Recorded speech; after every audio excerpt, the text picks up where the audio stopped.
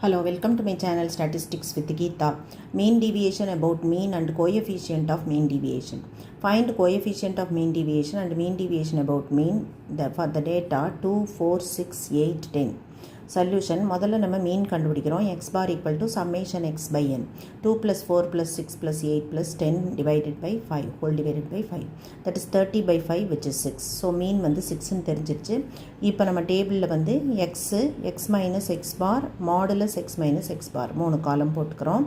x values 2 4 6 8 10 x minus x bar வந்து ஒரு xல இருந்தும் நம்ம 6 கழிக்கிறோம். அந்த மீனை கழிக்கிறோம்.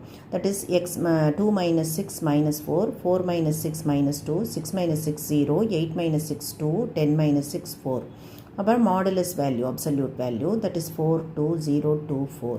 So summation mod x minus x bar வந்து இது எல்லாத்தையும் கூட்டுறோம். that is 6 plus 6 12.